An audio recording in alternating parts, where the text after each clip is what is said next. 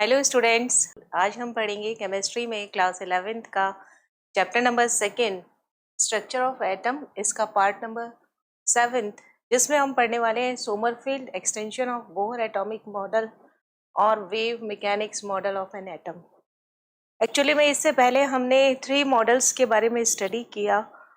First हमने पढ़ा Thompson atomic model, then हमने पढ़ा रदरफोर्ड एटॉमिक मॉडल और देन हमने पढ़ा Bohr atomic model.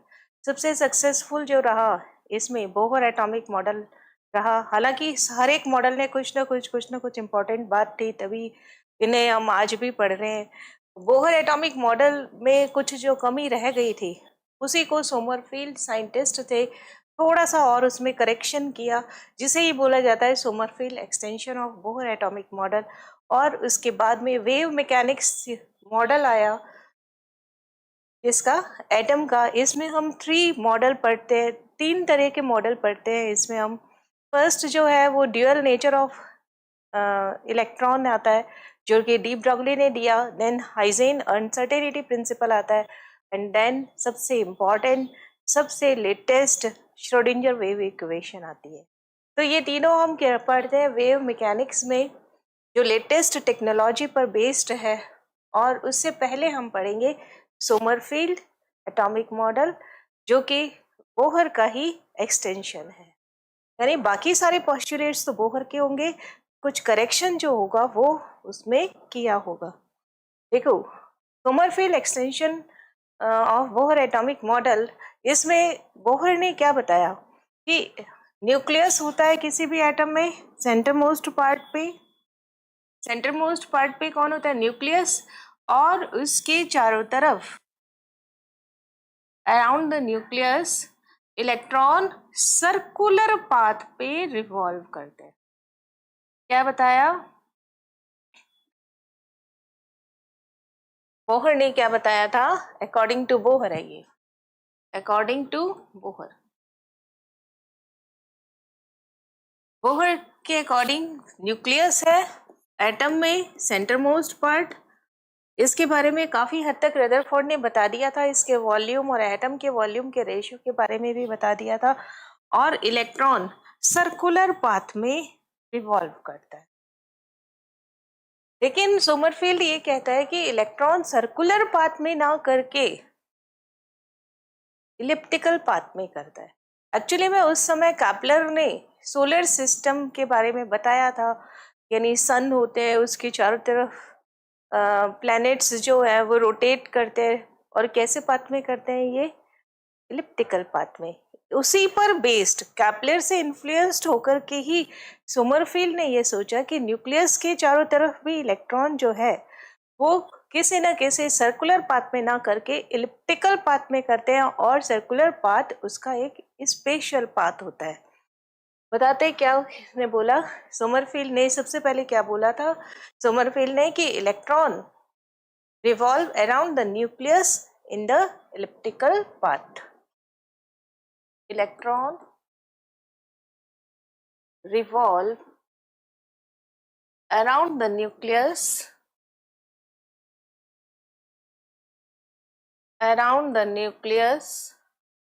in elliptical path.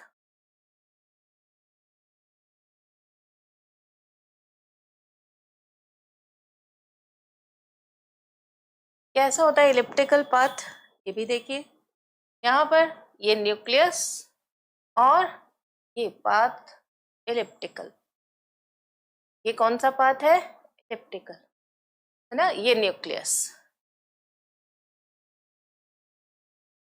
अब इलिप्टिकल पाथ में इलेक्ट्रॉन जो है वो रिवॉल्व कर रहा है, तो जब इसमें 2 तरीके के रेडियस मिलेगी और सर्कुलर में 2 तरीके की रेडियस मिलेगी। इसको थोड़ा सा सही करके बनाते हैं,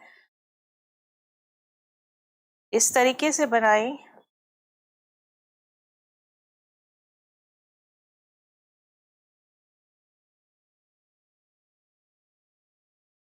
ये ज्यादा बेटर है ना?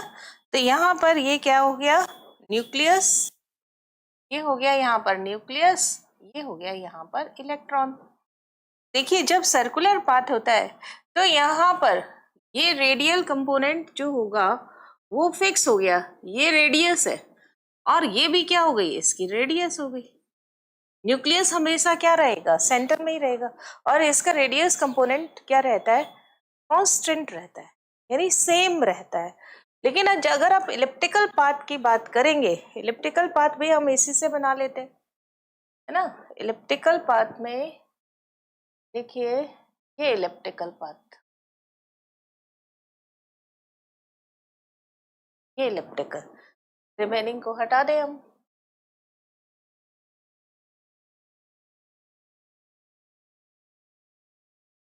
ये न्यूक्लियस हो गया और ये इसका इलेक्ट्रॉन हो गया।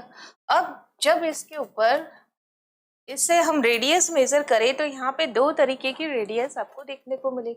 रेडियल कंपोनेंट देखिए, यहाँ से लेके यहाँ तक ये R1, और ये क्या हो गया, मिनिमम R2।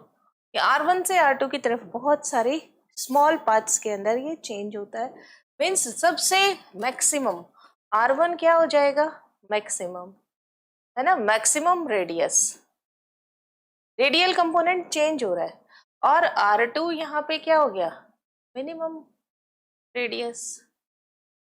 रेडियल कंपोनेंट जो है वो चेंज हो रहा है, और यहाँ पे अगर हम बात करते हैं तो रेडियल कंपोनेंट क्या रहता है, सेम।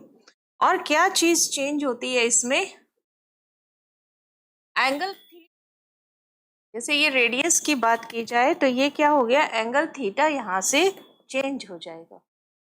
ये तो यहाँ से यहाँ की अगर बात की जाए तो ये एंगल क्या हो गया, थीटा। ये कितना था एंगल बना रहा है, थीटा। और जब ये रिवॉल्व करता है तो इस होती है वो वेलोसिटी, एंगुलर वेलोसिटी की बात करें, ओनली थीटा वैरी करता है। यहाँ पे देखिए, ये थीटा भी वैरी करेगा। अगर मैं यहाँ पे इलेक्ट्रॉन में तो इसका रेडियल कंपोनेंट है, तो इसका रेडियल कंपोनेंट जो होगा वो, तो ये टेंजेंशियल वेलोसिटी हो गई यहाँ पे, और यहाँ से ये दो तरीके की, यहाँ पर ये टेंजेंशियल वेलोसिटी हो गई, और एक यहाँ पर एक्स एक्सिस में कंपोनेंट हो जाएगा इसका, और एक वाई एक्सिस में कंपोनेंट हो जाएगा। जबकि इसका, तो यहाँ पे देखिए ये टेंजेंशियल वेलोसिटी है और ये इसका एक्स एक्सिस में आपका कंपोनेंट हो जाएगा, और एक वाई एक्सिस में इसका कंपोनेंट हो जाएगा। तो इस तरीके से यहाँ पर दो तरीके के, थीटा भी वेरिएबल होता है और आर भी वेरिएबल होता है। यानी यहाँ पे एंगल भी चेंज होगा, किसमें, जब इलिप्टिकल पाथ में करेगा, और रेडियस भी चेंज होगी। लेकिन जब सर्कुलर पाथ में करेगा तब इसकी रेडियस सेम रहेगी, और ओनली थीटा जो होगा वो वेरिएबल होगा। क्या होगा, when electron revolve in circular path, तो देखिए सर्कुलर पाथ में तो आर क्या है, यानी रेडियस, या रेडियल कंपोनेंट भी बोल सकते हैं, ये कैसा रहता है, कांस्टेंट। और थीटा जो है एंगल, ये क्या रहेगा, वेरिएबल, चेंज होगा। और दूसरी बात, यहाँ पे क्या रहेगा, एलिप्टिकल अगर पाथ होगा तो यहाँ पे रेडियल भी चेंज हो रहा है, आर जो है यानी रेडियस, ये क्या होगी, चेंज होगी, यानी वेरिएबल होगा। और थीटा एंगल, ये भी क्या रहेगा, वेरिएबल रहेगा। तो देखिए किस तरीके से यहाँ से रेडियल कंपोनेंट और ये दो वेरी करता है। एक बार और दोबारा से इसमें बताते हैं इसमें कैसे रेडियल कंपोनेंट को मेजर किया जाता है। ये इलिप्टिकल पाथ, ये इलिप्टिकल पाथ, और ये यहाँ पर सर्कुलर पाथ, ये सर्कुलर पाथ। और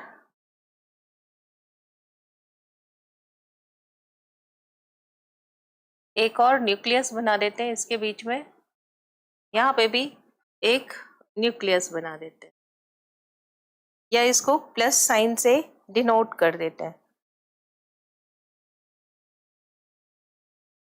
यहाँ पे लाइन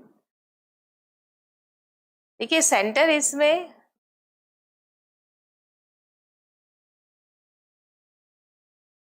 फोकस जो है वो चेंज हो जाता है, इसमें फोकाई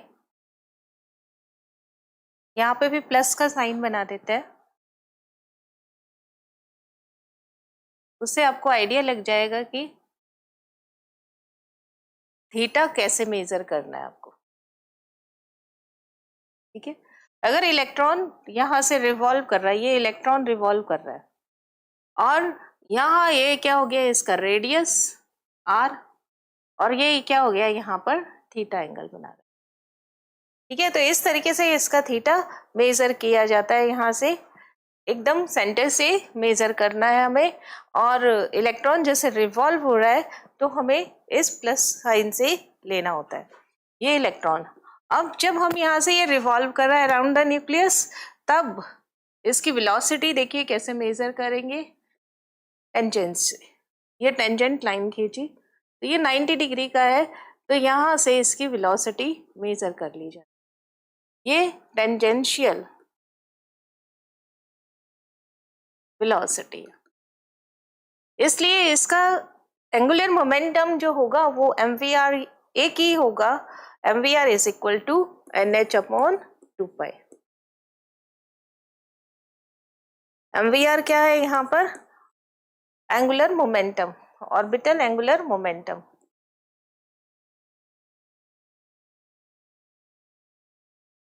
ऑर्बिटल एंगुलर मोमेंटम,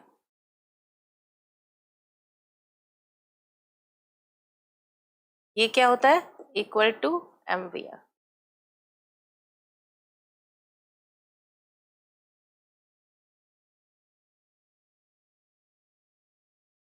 ये तो किसने बताया था, अकॉर्डिंग टू बोहर, कि ये एक ही होता है, सर्कुलर पाथ है ये।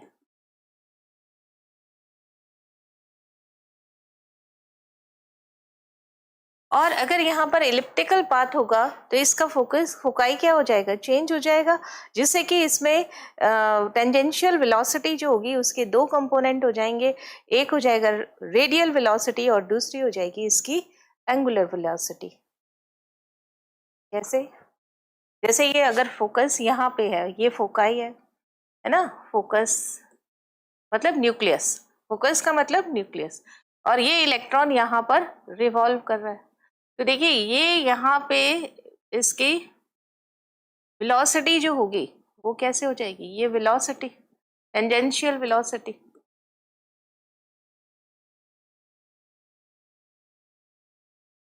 और इसका टू कंपोनेंट्स में इसको डिवाइड करेंगे, एक रेडियल और एक एंगुलर कंपोनेंट में इसको डिवाइड करेंगे, तो ये किस तरीके से होगा, रेडियल कंपोनेंट, ये रहा रेडियल कंपोनेंट, ये क्या हो जाएगी रेडियल वेलोसिटी,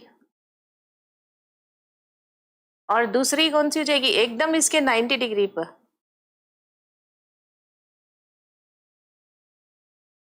ये कौन सी वेलोसिटी हो जाएगी, एंगुलर वेलोसिटी।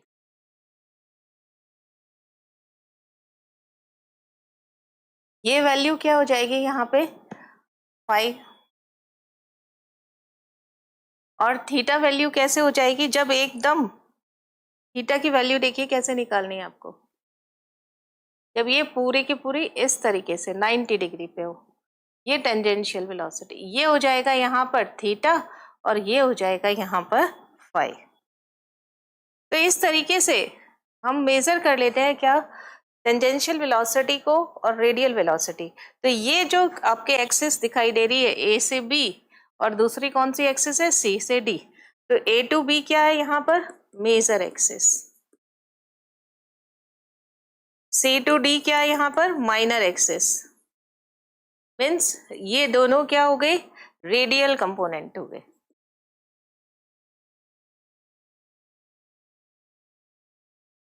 और वेलोसिटी यहाँ पर दो तरीके की वेलोसिटी हो गई, एक हो गई यहाँ पर रेडियल वेलोसिटी, इससे क्या फाइंड आउट होगा, जे आर, है ना, और एक हो गई यहाँ पर एंगुलर वेलोसिटी, इससे जो फाइंड आउट होगा इसको वी आर कर लेते हैं, वी आर, और ये हो जाएगा यहाँ पे एंगुलर वेलोसिटी वी फाइव।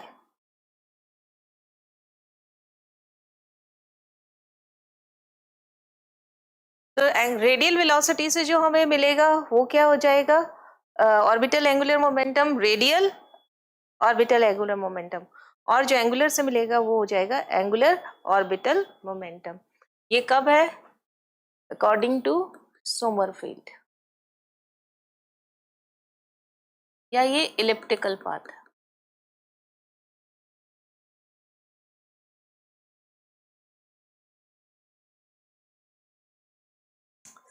क्यों गलत हो रहा है, इलिप्टिकल पाथ। ओके, तो फोकस का मतलब यहाँ पे क्या हो जाता है, न्यूक्लियस, ये भी ध्यान रखेंगे।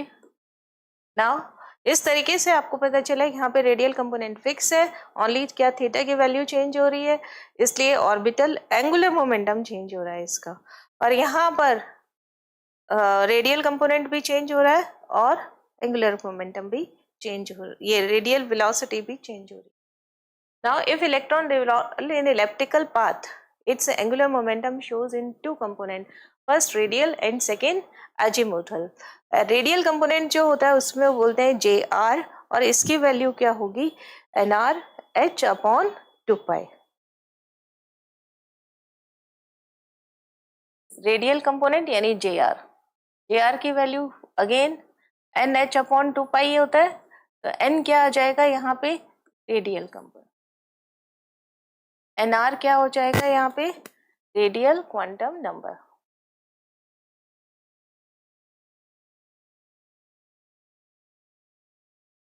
एन आर यहाँ पे क्या हो जाएगा, रेडियल क्वांटम नंबर, और जे आर तो radial component of orbital angular momentum. J R क्या हो जाएगा, radial component of orbital angular momentum. N R की वैल्यू क्या होगी यहाँ पे, n-1 टू n, यहाँ पे क्या होता है, प्रिंसिपल क्वांटम नंबर, यानी ऑर्बिट नंबर कितना है, इसकी वैल्यू क्या हो सकती है, 1 2 3 4 and so on. Azimuthal quantum number यानी J5 या J थीटा, और इसकी वैल्यू क्या होगी यहाँ पर, n5 अपॉन 2 पाई या KH अपॉन 2 पाई। n5 भी बोल सकते हैं या KH अपॉन 2 पाई, ये लिख देते हैं इसको। यहाँ पे K क्या हो जाएगा, एजिमुथल क्वांटम नंबर।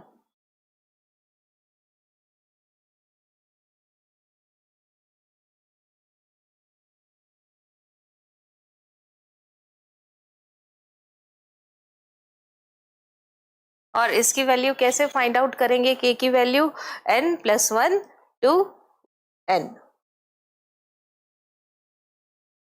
K की वैल्यू क्या होगी, 1 2 3 4 टू nr, यहाँ तक इसकी वैल्यू होती है। कई बार K की जगह क्या लिख दिया जाता है, n थीटा लिख दिया जाता है। J टोटल क्या होगा, J is equal to JR plus J5। यहाँ पे क्या हो जाएगा, H अपॉन 2 पाई कॉमन हो जाएगा, NR plus K,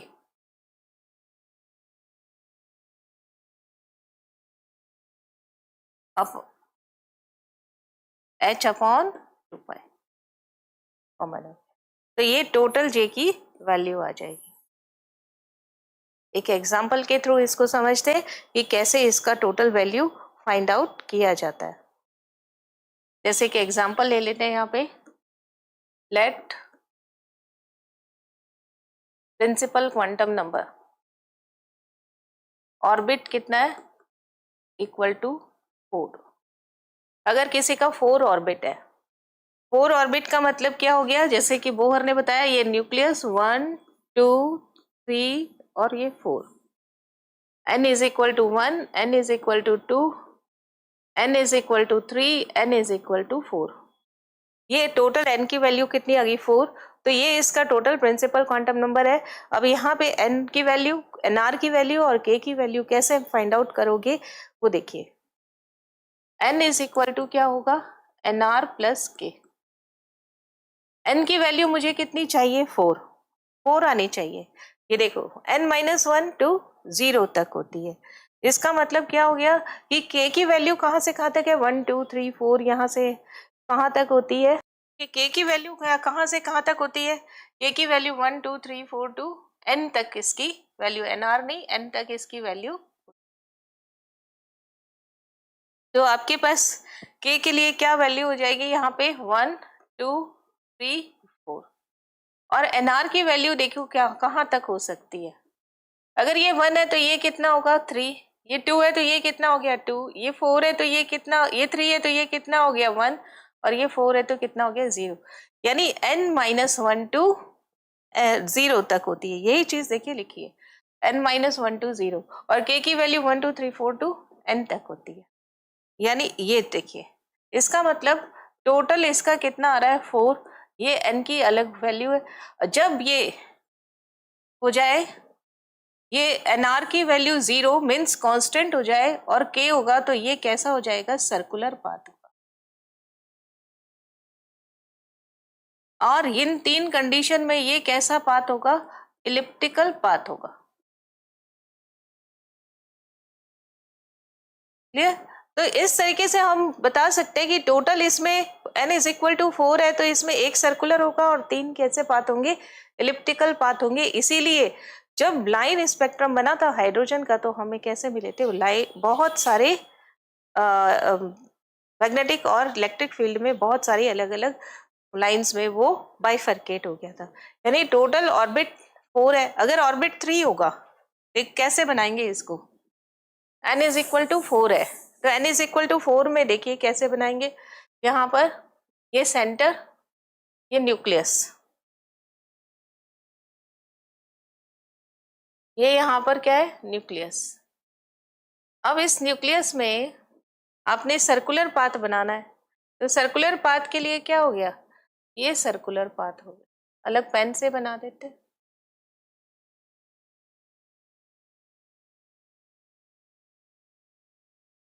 colour change कर देते हैं इसका। ये कैसा हो गया, सर्कुलर पाथ हो गया। और इसमें इक्वल हो गया, रेडियल कंपोनेंट कैसा रहेगा, फिक्स। और बाकी 3 जो होंगे वो कैसे पाथ होंगे, इलिप्टिकल पाथ होंगे। इलिप्टिकल पाथ देखिए,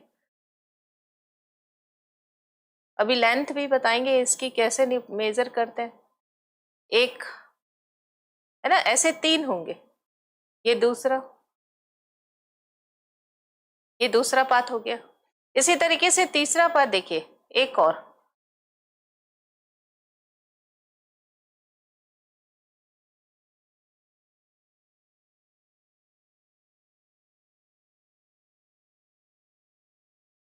ठीक है। तो इस तरीके से n इज इक्वल टू, ये तीनों इलिप्टिकल पाथ है और ये कैसा पाथ है, सर्कुलर पाथ। यहां पर क्या आ रही है, रेडियल कंपोनेंट कोई भी चेंज नहीं हो रहा है ना। तो ये एक वैल्यू क्या होगी, कांस्टेंट, तो 0। और बाकियों के अंदर देखिए रेशो 3 रेशो 1 2 रेशो 2 और 1 रेशो 3 एंड 0 रेशो 4। तो इस तरीके से ये इसका क्या हो जाएगा, यहाँ पर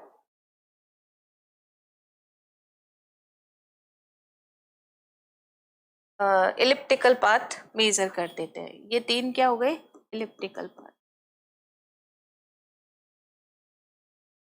नाउ नेक्स्ट देखिए क्या कहता है, लेंथ ऑफ मेजर एक्सिस क्या होगा, लेंथ ऑफ माइनर एक्सिस क्या होगा, और पाथ ऑफ इलेक्ट्रॉन कैसे डिसाइड किया जाता है।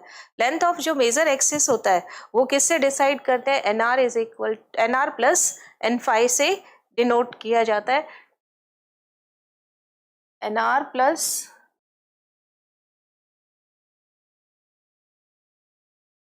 nr प्लस k से डिसाइड किया जाता है मेजर एक्सिस को। और लेंथ ऑफ माइनर एक्सिस को किससे डिनोट किया जाता है, ओनली nr से डिनोट किया जाता है।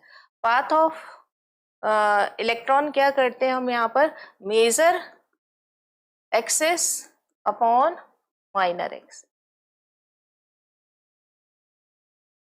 इससे क्या डिसाइड किया जाता है? पाथ ऑफ इलेक्ट्रॉन को डिसाइड किया जाता है। यानी एनआर फॉर्मूला लिख देते हैं, NR plus K upon NR, path of electron को डिसाइड किया। देखिए यहाँ पे एन इज इक्वल टू 0 है तो N minus 1, N is equal to 1 हो जाएगा। एक ही यहाँ पे 0, ओनली सर्कुलर पाथ। यानी यहाँ पे एजिमुथल क्वांटम नंबर क्या हो गया? 0। अगेन देखिए एन इज इक्वल टू 2, 2 के लिए दो वैल्यू आएगी, एक 0 और एक क्या आएगी? 1। तो जब n इज इक्वल टू 0 है या l इज इक्वल टू 0 तो कौन सा पाथ हो गया? Circular. l is equal to 1 है तो क्या हो गया यहाँ पर? इलिप्टिकल पाथ आ गया। इसी तरीके से यहाँ पर 3 है तो ऐसे लिखेंगे ना, 3 प्लस 0, 3 प्लस 1, 3 प्लस 2। तो यहाँ पे 3 प्लस 0 है तो ये देखिए l की वैल्यू यहाँ पे क्या है? 0। तो l की वैल्यू अगर 0 है तो ये क्या हो जाएगा? सर्कुलर पाथ हो जाएगा। ये क्या हो गया यहाँ पे? Circular path. l is equal to 1 है, l इज इक्वल टू 2 है तो ये क्या हो जाएगा? यहाँ पे इलिप्टिकल पाथ के अंदर आ जाएगा। ये सर्कुलर और ये क्या हो जाएगा? यहाँ पे इलिप्टिकल पाथ आ जाएगा। इसी तरीके से ये 4 का बताया हमने, है ना। 4 में देखिए एक कैसे 4 को कैसे डिवाइड करोगे? 0 1 2 3 4, ये कितना आ जाएगा? 4 3 2 1, है ना। 0 को तो वापस 0 ही हो गया तो यहाँ पे 4 नहीं लिखना। तो टोटल आपको कितने मिलेंगे? 4 पाथ मिलेंगे। तो 4 में से एक पाथ क्या हो गया? सर्कुलर पाथ हो गया। तो आपके पास मेजर एक्सिस क्या हो गई? 4 और माइनर एक्सिस क्या हो गई? यहाँ पे 0। मेजर एक्सिस 4 हो गई और माइनर एक्सिस क्या हो गई? 0। तो 4/0 ये कैसा पाथ हो जाएगा? सर्कुलर पाथ हो जाएगा। बाकी जब 3 जो होंगे वो क्या हो जाएगा? इलिप्टिकल पाथ हो जाएगा। यानी एन और के किसको बता रहा है? एक मेजर एक्सिस को बता रहा है और दूसरा माइनर एक्सिस को बता रहा है। तो इस तरीके से डिसाइड किया जाता है कि किसी भी एक एन की वैल्यू हो, प्रिंसिपल क्वांटम नंबर हो, तो उसमें सर्कुलर भी होगा और इलिप्टिकल भी होगा। लेकिन अगर n इज इक्वल टू 1 है तो only and only circular path होगा। ये चीज यहाँ लिख देते हैं। इंपॉर्टेंट है ये बात कि अगर यहाँ पर इंपॉर्टेंट क्या है? If n is equal to 1 या for n is equal to 1 only circular path is possible.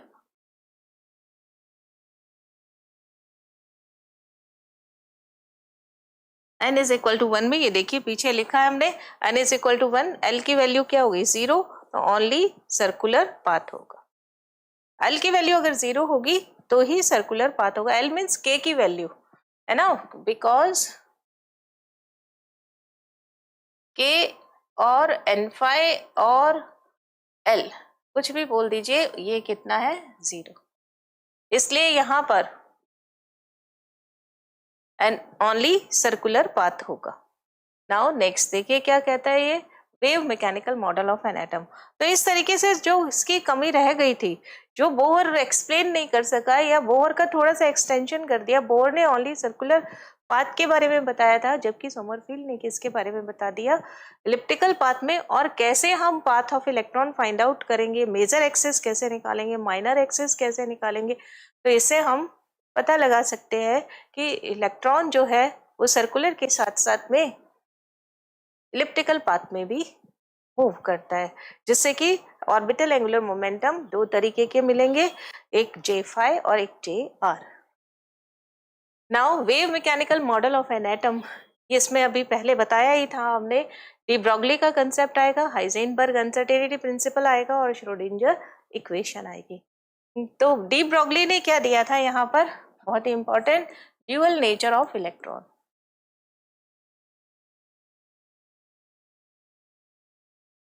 Electron की ड्यूअल नेचर के बारे में बताया था।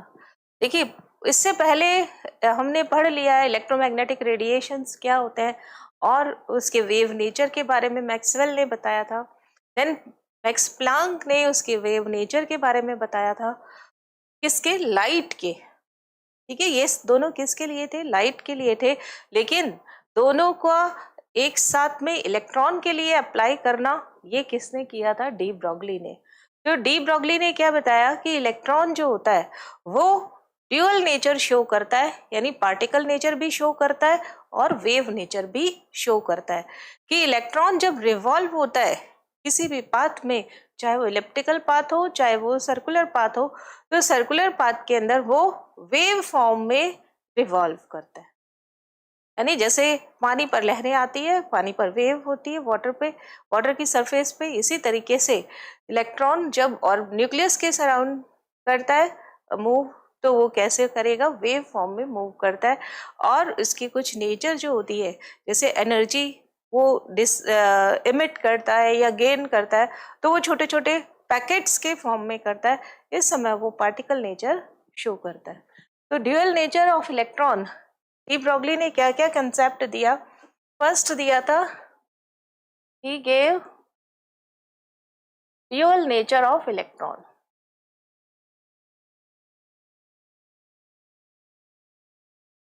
ठीक है, according to him electron shows wave nature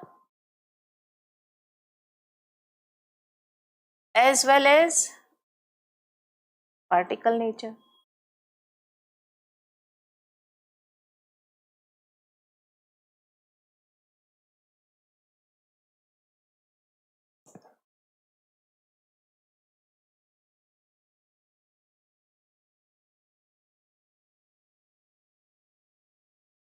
But at a time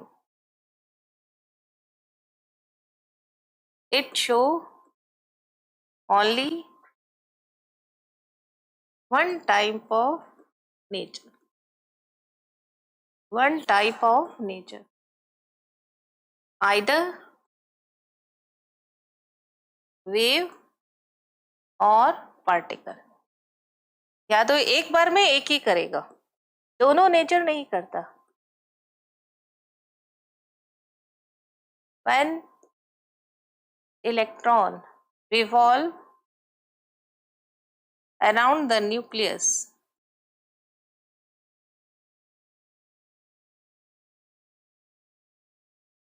it create wave।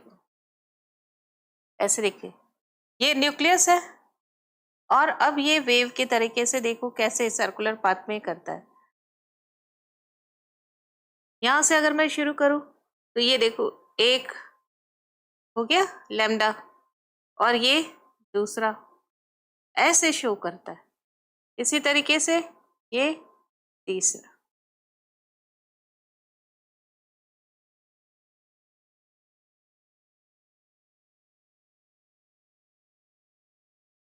तो ये इस तरीके से ये वेव नेचर ऑफ इलेक्ट्रॉन है। ये क्या है? Wave created by revolution of electron.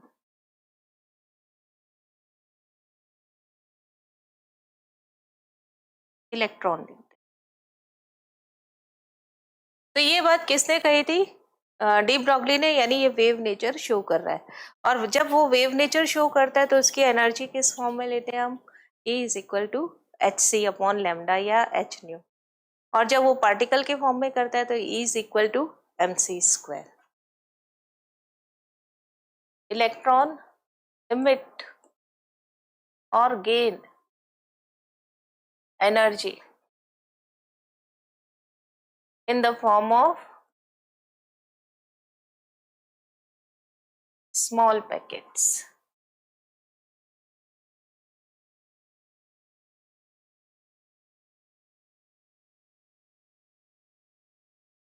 It shows particle nature.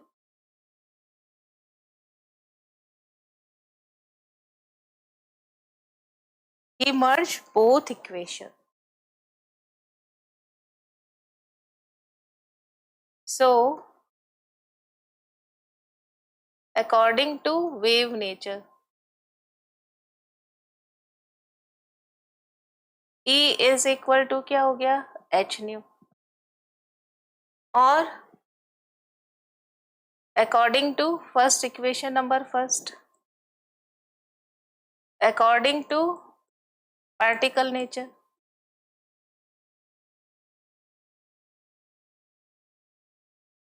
E is equal to mc square, है ना। For electron C is equal to V, velocity. तो E is equal to mv square, equation number second. अगर first और second दोनों को मिला दिया जाए from equation first and second,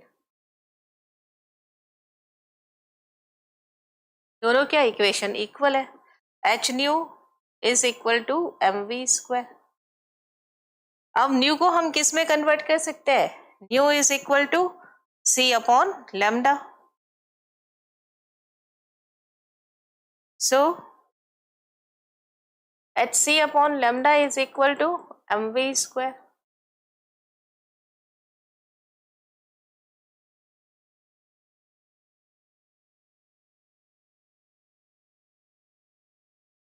अब देखिए इसको किस तरीके से हमें ट्रांसफर करना है।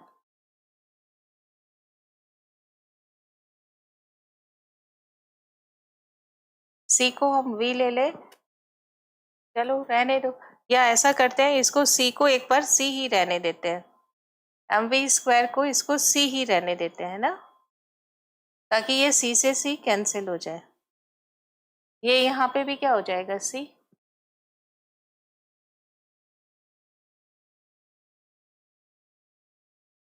तो एक सी से सी कैंसिल, तो H upon lambda is equal to क्या हो गया, एम सी, और एच अपॉन लेमडा क्या हो जाएगा, एम वी। तो लेमडा इज इक्वल टू क्या हो जाएगा, H upon M V. Lambda is equal to H upon P. देखिए वेलोसिटी किसका करेक्टर होता है, वेलोसिटी किसका करेक्टर है, पार्टिकल का। लेमडा किसका करेक्टर है, वेव का। लेमडा क्या होती है, देख ये भी देखो, ये वेव चलती है, एक क्रेस्ट एक दो, एक क्रेस्ट देन दो, डिस्टेंस बिटवीन टू कंसेक्टिव, यहां से लेके क्रेस्ट और दो, ये क्या हो गई लैम्डा। इसी तरीके से ये दो, यहाँ की डिस्टेंस भी क्या हो गई लैम्डा। ये क्या होता है क्रेस्ट, और ये क्या होता है दो। तो टू कंसेक्टिव डोज के बीच का जो डिस्टेंस होता है उसे हम क्या बोलते हैं, लैम्डा। या टू क्रेस्ट के, कंसेक्टिव क्रेस्ट के बीच का जो डिस्टेंस है उसे ही क्या बोल दिया हमने, लैम्डा। तो lambda is property of, it is property of wave nature. और P is, V is property of, P या V, P और वेलोसिटी तो इसमें भी होगी, it is property of particle.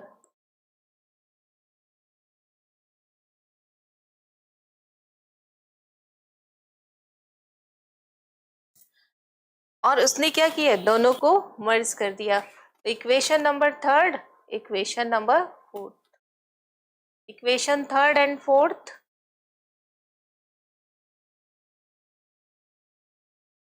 shows dual nature of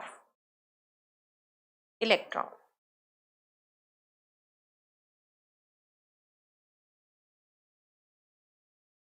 Nature of electron, it is de Broglie equation.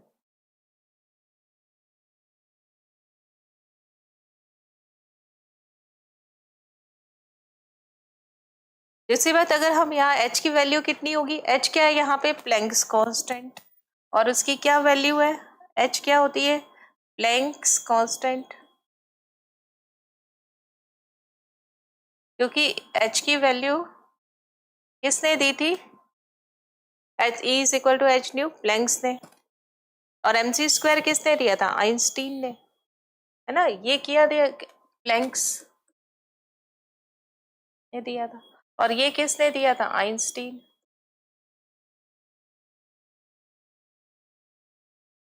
Now इसकी value कितना होगा? 6.6 इंटू 10⁻⁻34 जूल इंटू सेकेंड।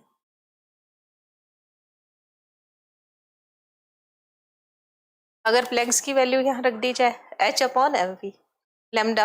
अगर देखिए कोई चीज बहुत तेजी से चल रही है तो v की वैल्यू बहुत ज्यादा होगी, लैम्डा क्या हो जाएगी उसकी? कम हो जाएगी, है ना, लैम्डा बहुत ही कम हो जाएगी। और अगर कोई चीज बहुत स्लो चल रहा है तो 1/v क्या हो जाएगा? अब ये देखिए, अगर v की वैल्यू बहुत आई है,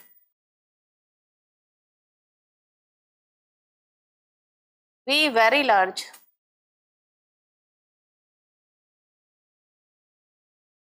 तो 1/v क्या हो जाएगा? Very small.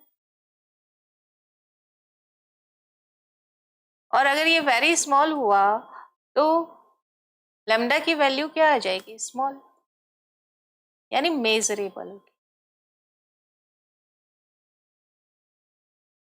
इजीली मेजरेबल होगी। अगर केस फर्स्ट, है ना।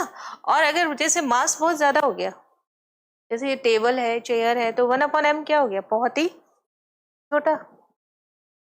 नाउ अगर ये यहाँ पर केस नंबर सेकंड करते हैं, यहाँ पर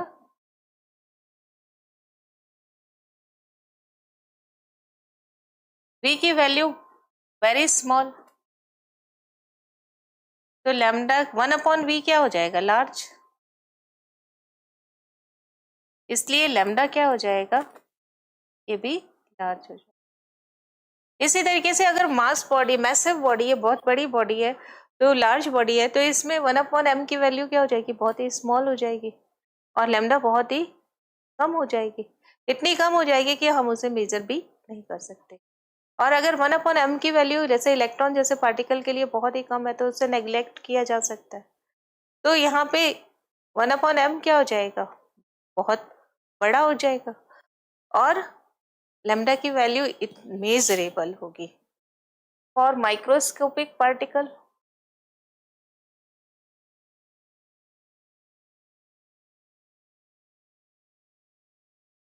mass vary less like electron, proton and neutron, तो 1/m क्या हो जाएगा? लार्ज। लैम्डा क्या हो जाएगी? ये भी large. It is easily measured. So this theory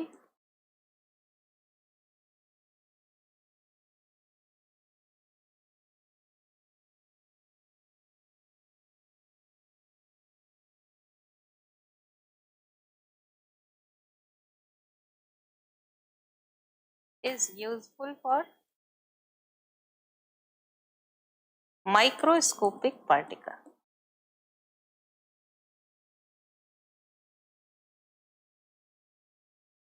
है ना, बहुत अगर बड़ी बॉल है तो उसका तो हम मास और वेलोसिटी दोनों ही मेजर कर सकते हैं।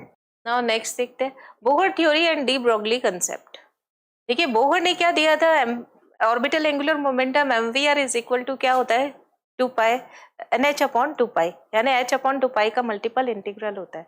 लेकिन वो इस बात को प्रूव नहीं कर सके। इस बात को किसने प्रूव किया था? डी ब्रोगली ने प्रूव किया था। नाउ अकॉर्डिंग टू, यही रहने देते हैं, according to Bohr atomic theory,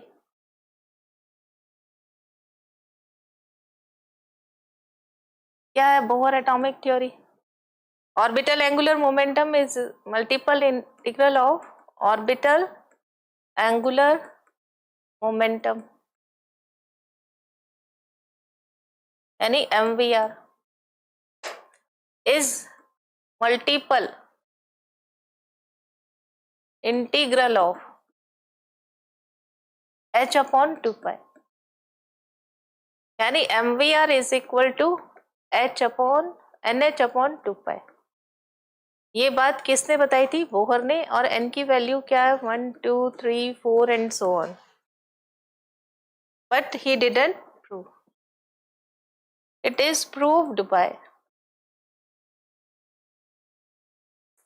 D Broglie equation.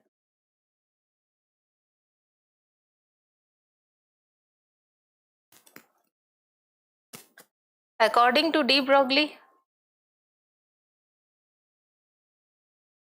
Electron कैसे रिवॉल्व होता है? देखिए इलेक्ट्रॉन फटाफट बताइए कैसे रिवॉल्व होता है? वेव फॉर्म में होता है। सर्कुलर पाथ में जब भी होगा तो वो वेव बनाएगा। और वेव कैसी होनी चाहिए? कंप्लीट वेव होनी चाहिए। इनकम्प्लीट वेव अगर होगी, यानी जैसे हमने ये पीछे बताया, तो ये कंप्लीट वेव होगी, वही ऑर्बिट जो होंगे वो पॉसिबल होंगे। तो ये पीछे बताया आपने, ये कंप्लीट वेव है ना, कंप्लीट वेव।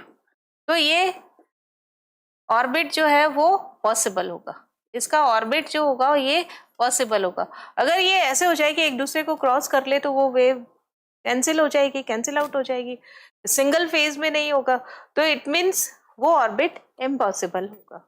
ये बात किसने बताई थी? डी ब्रॉगली ने बताई थी। क्या बताया? According to de Broglie, electron revolve in circular orbit with wave nature।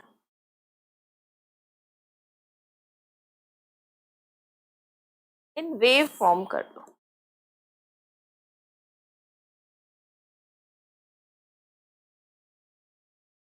ये यहाँ पर सर्कल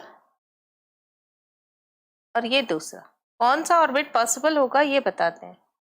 अगर ये वेव बना रहा है इस तरीके की, ये एक लैम्डा हो गया, ये दूसरा लैम्डा हो गया, ये तीसरा लैम्डा हो गया, और ये चौथा। तो देखिए यहाँ पे अगर लैम्डा की काउंटिंग की जाए तो 1, यहाँ से 1 लैम्डा हो गया, ये 2, ये 3, टोटल 1, ये 2, ये 3 और ये 4। इट मीन्स ये n इज इक्वल टू कितना हो गया? 4। वेव इन सेम फेज, पूरी वेव एक ही फेज में है, so orbit is possible, orbit possible है ना। इसी तरीके से अगर ये सेम फेज में नहीं है, जैसे अब मैं यहाँ पे बनाऊं, अगर इसको, ये तो है ही, अगर मैं इसे बनाऊं तो देखो 1 2 ये 3,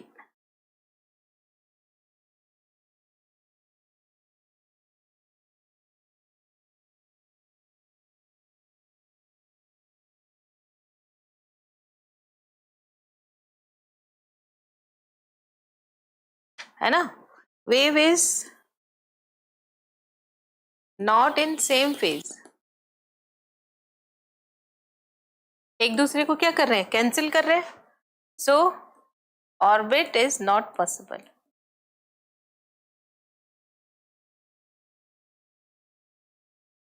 इसका मतलब ओनली जब ये होगा, इस तरीके से जब कंप्लीट वेव बनेगी, तभी वो ऑर्बिट पॉसिबल है, और इस फॉर्म में ये ऑर्बिट पॉसिबल नहीं है।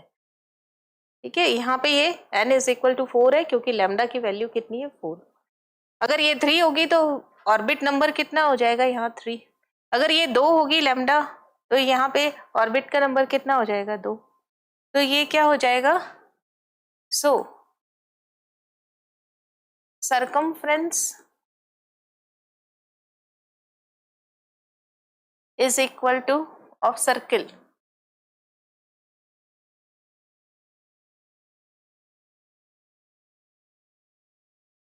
is equal to n lambda। It means 2 pi r is equal to क्या हो गया? n lambda. नाउ यहाँ पर लैम्डा की वैल्यू कितनी है? h upon p। लैम्डा देखिए डी ब्रॉगली ने क्या बताया? लैम्डा की वैल्यू h अपॉन p और h अपॉन mv। तो लैम्डा की जगह हम क्या रख देंगे? According to de Broglie, equation. De Broglie equation क्या कहती है? Lambda is equal to H upon M V. So 2 pi R is equal to N H upon M V. बस अब तो आपको क्या करना है, एम वी को इधर ले आओ, 2 पाई को इधर ले आओ, cross multiply.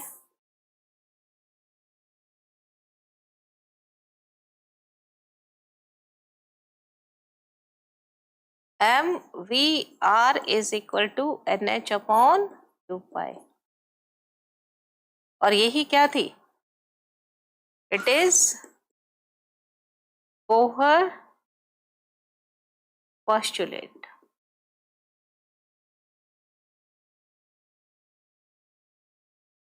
and proved by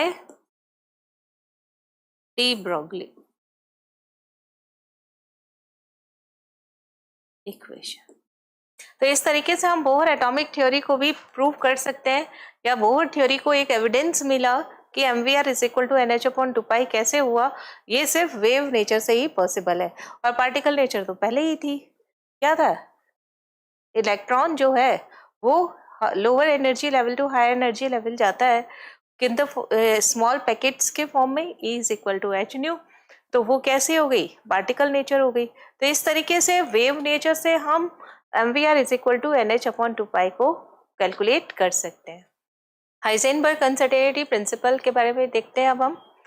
ये क्या कह रहा है ये प्रिंसिपल, कि अगर कोई भी इलेक्ट्रॉन है तो या माइक्रोस्कोपिक पार्टिकल है तो उसकी पोजीशन और उसकी वेलोसिटी को या मोमेंटम को हम एक साथ एक्यूरेटली मेज़र नहीं कर सकते। अगर हम पोजीशन को फिक्स एक्यूरेट मेज़र करते तो अनसर्टेन वेलोसिटी या मोमेंटम हो जाता है। अगर हम मोमेंटम को एक साथ में एक्यूरेटली मेज़र करते हैं तो पोजीशन जो है वो अनसर्टेन हो जाती है। According to this principal,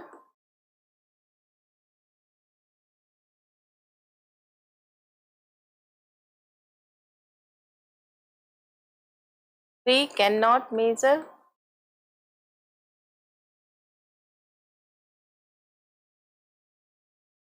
exactly,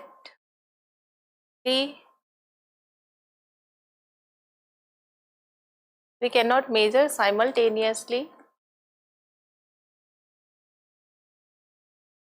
exact position and exact momentum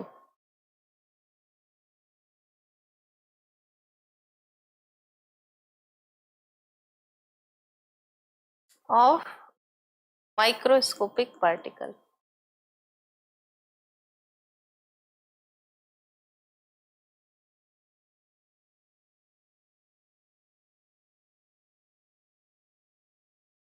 Like electron.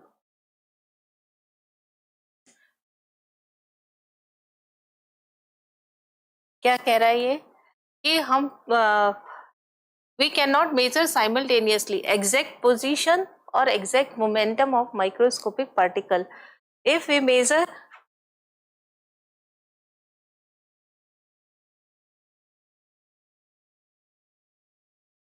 accurate position of electron x, then momentum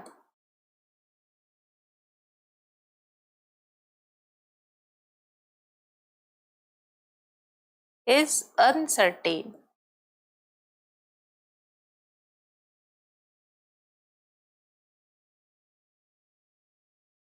If we measure and vice versa लिख दे।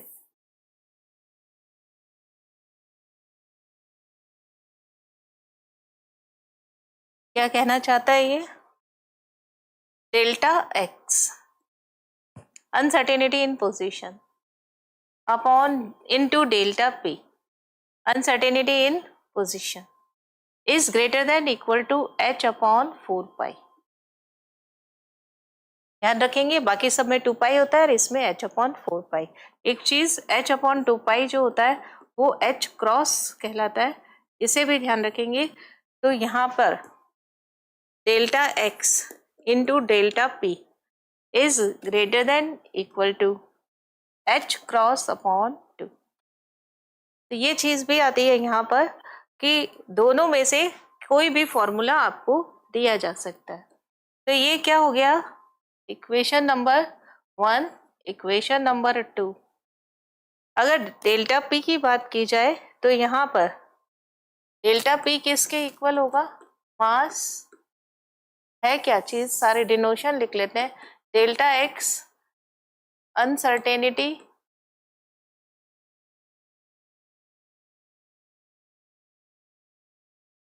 in position of electron. Now delta P uncertainty in momentum. Delta P is equal to m into delta V, क्योंकि किसी भी microscopic particle हो या कोई भी particle हो उसका मास हम चेंज नहीं कर सकते, तो m क्या हो जाएगा यहाँ पे, मास ऑफ इलेक्ट्रॉन और microscopic particle. Delta V uncertainty in velocity of electron, electron की velocity. So equation 1 becomes delta x into m into delta v greater than equal to h/4 pi। m change नहीं है, delta x into delta v greater than equal to h/4 pi m। ये equation number क्या आ जाएगा, ये कौन सी है, uncertainty principle. ये क्या है, equation 3 describe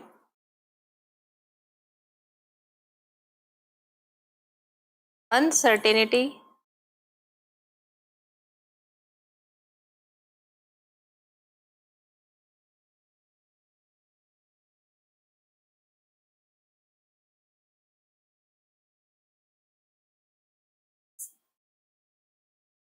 principle of Heisenberg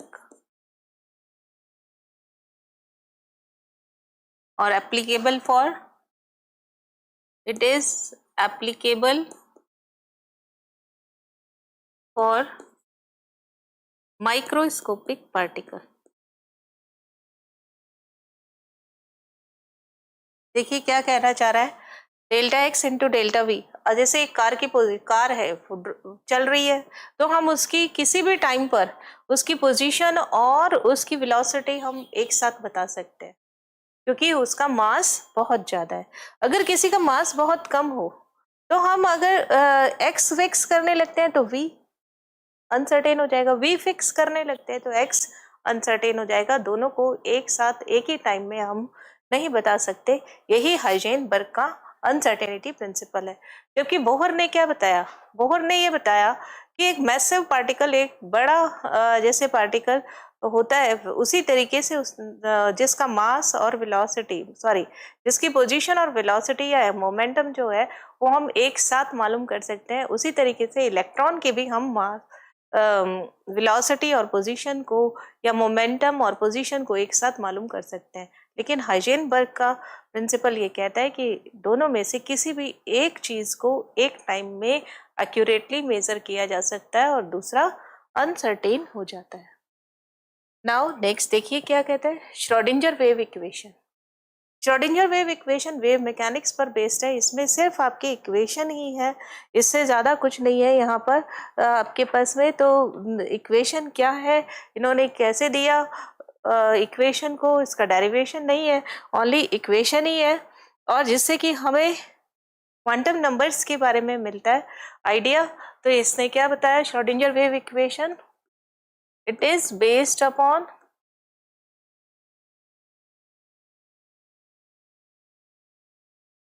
wave mechanics theory. या wave mechanics, according to Schrodinger, latest है ये।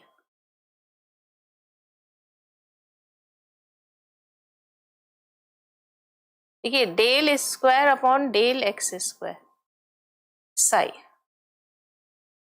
डबल डिफरेंशिएशन होते हैं ये इस इक्वेशन का, प्लस एक्स एक्सिस के अंदर कितना वेव फंक्शन है इलेक्ट्रॉन का, उसका हमने क्या कर दिया, डिफरेंशिएशन कर दिया, double differentiation, del square upon del Y square psi plus del square upon del Z square, X Y Z ये तीनों क्या है एक्सिस, और साई क्या होता है वेव फंक्शन। यहाँ पर लैम्डा की जगह जो हमने यहाँ पर लैम्डा लिखा है, ये लैम्डा जो है इसी का ही, इसका एक का एम्पलीट्यूड जो है ये क्या कहलाता है साई।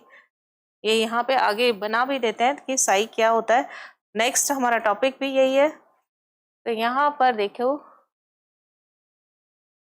अगर ये वेव नेचर है ना, ये वेव नेचर, तो ये एम्पलीट्यूड जो होता है इसका मैक्सिमम एम्पलीट्यूड, इसी को हम बोलते हैं वेव फंक्शन या फिर Sai.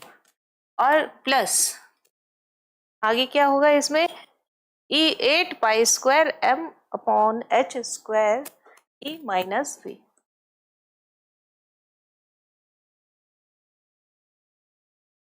Total energy minus potential energy is equal to psi is equal to 0। इसको हटा ही देते हैं, साई इज इक्वल टू 0। ये कौन सी इक्वेशन आ जाएगी यहाँ पर, श्रोडिंगर वेव इक्वेशन। अब देखिए यहाँ पर क्या हो गया, del upon del X plus del upon del Y plus del upon del Z, ये क्या होता है लैप्लास ऑपरेटर होता है। क्या होगा, ये एक नया इसको सिंबल नाम देते हैं लैप्लास ऑपरेटर।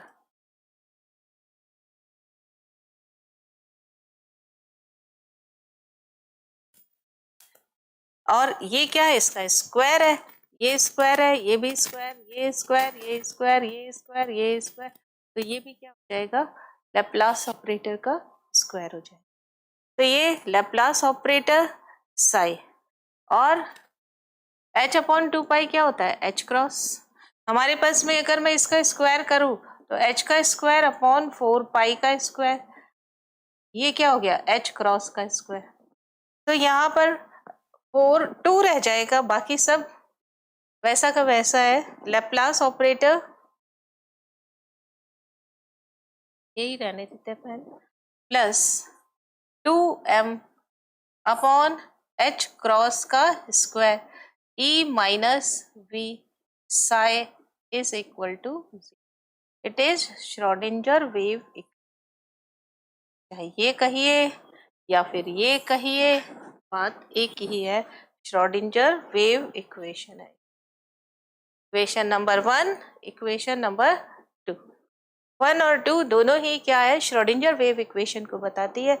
यहाँ पर एक्स वाई जेड ये तीनों कंपोनेंट है, साई क्या है वेव फंक्शन है, और मास ऑफ इलेक्ट्रॉन है, प्लैंक कांस्टेंट है, E total energy, V potential energy, और टोटल क्या हो गया इसका 0, यानी इट इज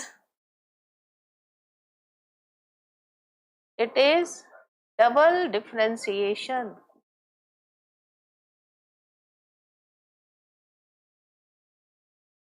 इक्वेशन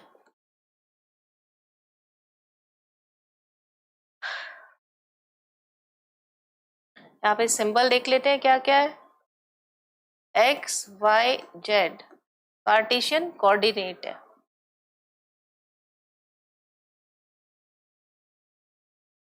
या ओनली कोऑर्डिनेट्स लिख लेते हैं।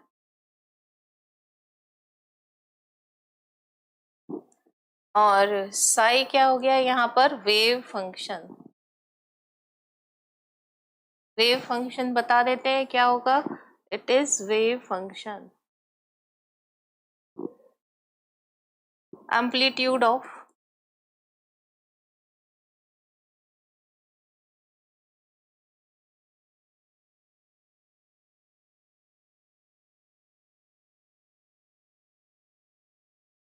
Amplitude of wave.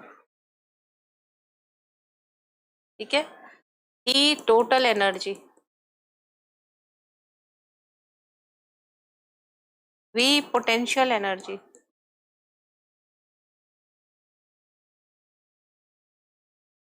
M mass of electron, M यहाँ पर मास ऑफ इलेक्ट्रॉन, और एच प्लैंक कांस्टेंट।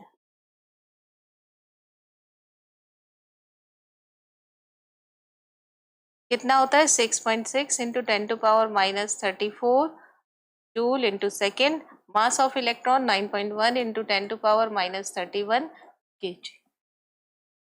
अगर आप ये जूल में ले रहे हो तो ये केजी में, अगर ग्राम में ले रहे हो तो ये अर्ग के अंदर यूज करना। नाउ नेक्स्ट, ऑर्बिट क्या होता है और ऑर्बिटल क्या होता है ये देखते हैं हम। बहुत इंपॉर्टेंट है, लेटेस्ट है ये श्रोडिंगर वेव इक्वेशन। और इससे एक चीज और आपको तीन ही तरीके के क्वांटम नंबर्स मिलेंगे। यहाँ पर लिखते हैं from Schrodinger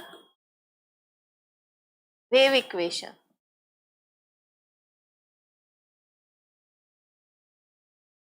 We can find out three quantum numbers. Next हमारा टॉपिक जो रहेगा वो क्वांटम नंबर्स ही रहेगा। कौन कौन सा क्वांटम नंबर मिलता है ये बहुत बार एग्जाम में पूछा जाता है। फर्स्ट प्रिंसिपल क्वांटम नंबर, क्या होते हैं क्वांटम नंबर, वो नेक्स्ट टॉपिक पे हम डिस्कस करेंगे, जिसको हम स्मॉल एन से लिखते हैं। Second, azimuthal quantum number,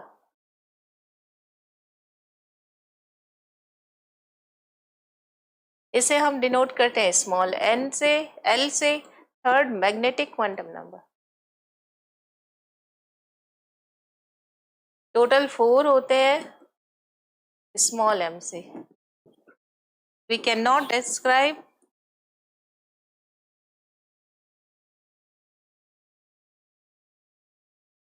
spin quantum number from Schrodinger equation. Total 4 होते हैं।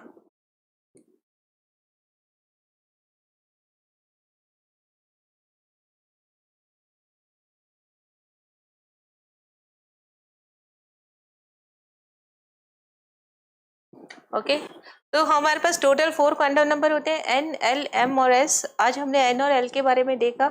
एन क्या होता है, ऑर्बिट, और एल क्या होता है, एजीमुथल क्वांटम नंबर, जिसको हमने के से लिखा था। इसकी वैल्यू 0, 1, 2, 3, 4 हो सकती है। इलिप्टिकल पाथ के बारे में बताता है। ये मैग्नेटिक क्वांटम नंबर, इससे आगे का नेक्स्ट है। पढ़ेंगे कि ओरिएंटेशन कैसा कैसा होता है ऑर्बिटल का, और स्पिन क्वांटम नंबर के बारे में ये डिस्कस नहीं करता। तो नेक्स्ट हमारा टॉपिक जो रहेगा वो क्वांटम नंबर ही रहेगा। नाउ सबसे लास्ट आज का टॉपिक है कि ऑर्बिट और ऑर्बिटल में क्या फर्क होता है। देखिए, ऑर्बिट वो जगह होती है जहां पर इलेक्ट्रॉन, हमें पता चलता है कि क्या है, मीन्स उसका 2D में क्या कहाँ पे प्रेजेंट है इलेक्ट्रॉन। ऑर्बिटल वो जगह है जहां पर इलेक्ट्रॉन फाइंड आउट करने की या इलेक्ट्रॉन की पॉसिबिलिटी जो होती है मैक्सिमम होती है, ये 3D स्पेस में पता चलता है। यानी आप देखिए यहाँ पर साई का कोई फिजिकल सिग्निफिकेंस नहीं है। साई क्या बताया अभी आपको, साई होता है एम्पलीट्यूड। इसकी वैल्यू पॉजिटिव भी है, नेगेटिव भी है, जीरो भी है। ये ऊपर की तरफ तो इसकी वैल्यू पॉजिटिव, यहाँ पर इसकी वैल्यू जीरो, यहाँ पर इसकी वैल्यू नेगेटिव। तो यानी साई क्या हो गया, यहाँ पे कौन मिल रहा है, इलेक्ट्रॉन मिल रहे हैं। यहाँ पे इलेक्ट्रॉन है तभी तो ये लोब आया। और अगर मैं यहाँ पर इलेक्ट्रॉन की कभी प्लस में कभी माइनस में वैल्यू लेंगे या कभी जीरो वैल्यू लेंगे तो ये क्या हो जाएगा, यहाँ पॉसिबल इसका कोई फिजिकल सिग्निफिकेंस नहीं हुआ। तो हमें क्या डिटरमाइन करना पड़ता है, साई का स्क्वायर मालूम करना पड़ता है। तो साई का स्क्वायर 3D में वो स्पेस है जहां पर इलेक्ट्रॉन पाए जाने की पॉसिबिलिटी जो होती है वो मैक्सिमम होती है। अगर 2D स्पेस में आपको इलेक्ट्रॉन मिल रहा है तो वो बताता है ऑर्बिट, और 3D में इलेक्ट्रॉन कहाँ मिलेगा ये कौन बताता है, साई का स्क्वायर बताता है। और 3D के अंदर जहाँ इलेक्ट्रॉन मिल रहा होता है उसी को ही हम बोलते हैं ऑर्बिटल। क्या देखिए ऑर्बिट क्या कंसेप्ट होता है, ऑर्बिट का, ऑर्बिट क्या है और ऑर्बिटल क्या है।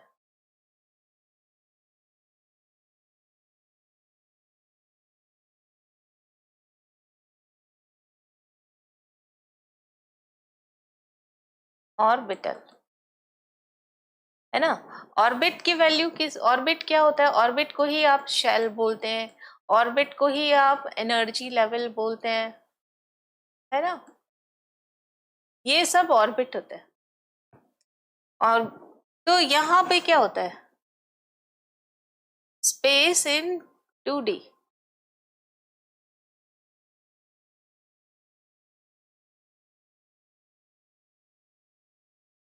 यानी 2 डायमेंशनल में वो space around the nucleus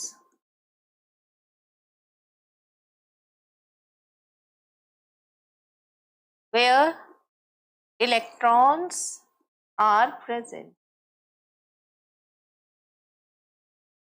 is known as orbit, denoted by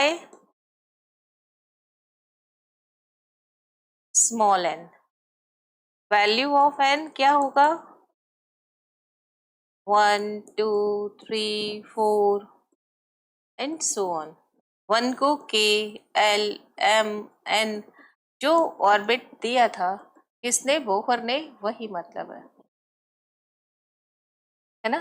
तो ये क्या हो गया, k l m n हो गया, k l m, ये क्या कहलाते हैं, orbit.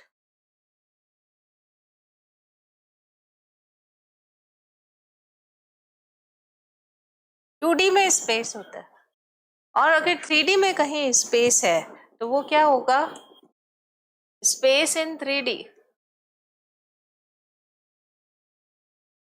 around the nucleus where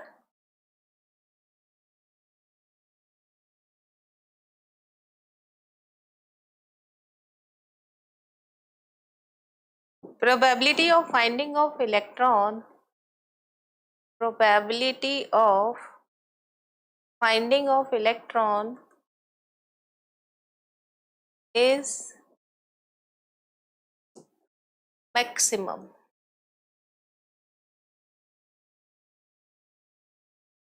known as orbital. Orbital की वैल्यू क्या होगी, s p d f l की वैल्यू जो होगी वही होगी, इट इज साई स्क्वायर, यानी density of, probability of finding of electron, probability of finding of electron और maximum electron density. Psi square अगर मैक्सिमम है तो इलेक्ट्रॉन प्रोबेबिलिटी मैक्सिमम होगी। साई स्क्वायर की वैल्यू मिनिमम है यानी 0 है, तो इसे क्या नाम दिया जाता है, known as node.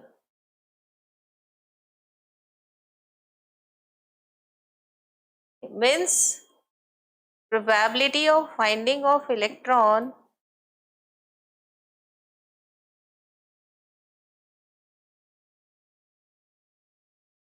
Equal to 0। Example देखिए कैसे, ऑर्बिटल की अगर मैं बात करूं तो मेरे पास ऑर्बिटल क्या होते हैं, एस पी डी एफ, यानी 0 1 2 3 n-1 तक होते हैं, है ना, आगे जी एंड सो ऑन चलता रहता है। अब देखिए अगर 0 की बात करेंगे इट मीन्स ये यहाँ पर सर्कुलर हो गया, अगर 1 की बात करेंगे तो इट मीन्स ये इलेक्ट्रॉन ऐसे, तो यहाँ पर इलेक्ट्रॉन क्या मिल रहे हैं, मैक्सिमम इलेक्ट्रॉन यहाँ पे क्या हो गया, और ये क्या हो गया, इलेक्ट्रॉन यहाँ पे 0, तो इसे क्या बोल देंगे, नोड। यहाँ का साई स्क्वायर क्या हो गया, 0। या साई स्क्वायर लिख देते हैं। साई स्क्वायर यहाँ पे क्या हो गया, मैक्सिमम, यानी इलेक्ट्रॉन मैक्सिमम है। यहाँ पे साई स्क्वायर की वैल्यू क्या है, 0, और इलेक्ट्रॉन क्या है, मिनिमम और 0। तो इस तरीके से हम देख लेते हैं कि यहाँ पे इलेक्ट्रॉन मिलेंगे और यहाँ पे इलेक्ट्रॉन नहीं मिलेंगे, है ना। तो वो जगह जहां पर इलेक्ट्रॉन आपको 3D में, स्पेशली 3D की बात करें तो क्या आएगा, ऑर्बिटल, और अगर 2D की बात करें तब क्या आएगा, ऑर्बिट। हमारा मेन मोटिव जो होता है वो ऑर्बिटल से होता है, इसलिए हमें इलेक्ट्रॉन तक अगर पहुंचना है तो सबसे पहले मुझे क्या मालूम होना चाहिए, ऑर्बिट। इस ऑर्बिट में मुझे क्या पता होना चाहिए, 3D का वो स्पेस जहां पे इलेक्ट्रॉन मिल रहा है, मीन्स ऑर्बिटल पता होना चाहिए। तो फर्स्ट ऑफ ऑल हम किसके बारे में डिस्कस करेंगे, ऑर्बिटल। देखिए पीछे भी हमने क्या लिखा है, प्रिंसिपल क्वांटम नंबर के बारे में लिखा था। तो प्रिंसिपल क्वांटम नंबर किसको डिस्क्राइब करता है, ऑर्बिट को। Now next second, azimuthal quantum number, ये 3D का वो स्पेस है जहां पर आपको इलेक्ट्रॉन मिल रहा है, मीन्स एजीमुथल क्वांटम नंबर की बात कर रहे हैं, ऑर्बिटल की बात कर रहे हैं।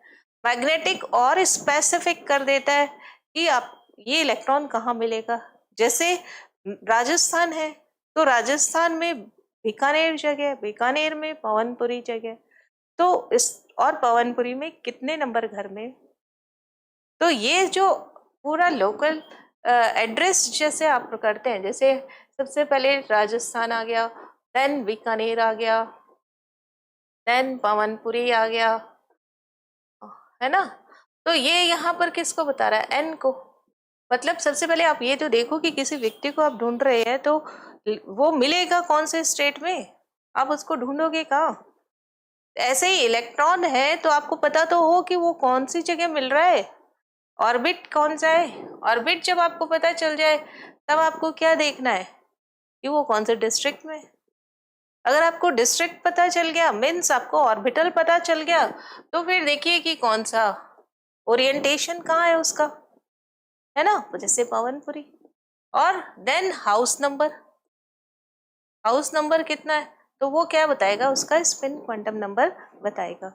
यानी लोकल अगर मेरे एड्रेस तक आपको पहुंचना है तो आप किस तरीके से पहुंचेंगे, तो वो सब चीज आपको यहाँ से इस तरीके से पता चलती है। इलेक्ट्रॉन के बारे में ऑर्बिट बताएंगे, ऑर्बिटल बताएंगे, ऑर्बिटल का ओरिएंटेशन बताएंगे, फिर इलेक्ट्रॉन का रोटेशन, स्पिन के बारे में। यानी आपको ऑर्बिट पता होना चाहिए, ऑर्बिटल पता होना चाहिए, तभी आप आगे तक मूव कर पाएंगे, है ना। जहां पे ऑर्बिटल नहीं है, इलेक्ट्रॉन फाइंडिंग डेंसिटी 0 है, तो वो जो चीज होगी उसी को ही हम क्या बोल देते हैं, रोड। नहीं, यहाँ पर नहीं जाना है, यहाँ पर आपको इलेक्ट्रॉन नहीं मिलेगा। तो ये बात किसके बारे में हुई, ऑर्बिटल और ऑर्बिटल के बारे में। और नेक्स्ट क्लास में हम इससे आगे का क्वांटम नंबर्स के बारे में पढ़ेंगे। और बहुत इम्पोर्टेंट है किस तरीके से इलेक्ट्रॉन को पहचाना जाता है, या इलेक्ट्रॉन कौन से एनर्जी लेवल में, कौन से ऑर्बिटल में, कौन से प्रेजेंट होगा, उसका क्या ओरिएंटेशन होगा, मीन्स कैसे मूव कर रहा है वो, क्लॉकवाइज या एंटी क्लॉकवाइज। ये सब चीज़ें हम क्वांटम नंबर से ही पता लगाएंगे। आज के सेशन में इतना ही, नेक्स्ट सेशन में हम इससे आगे की बात करेंगे। Thank you so much.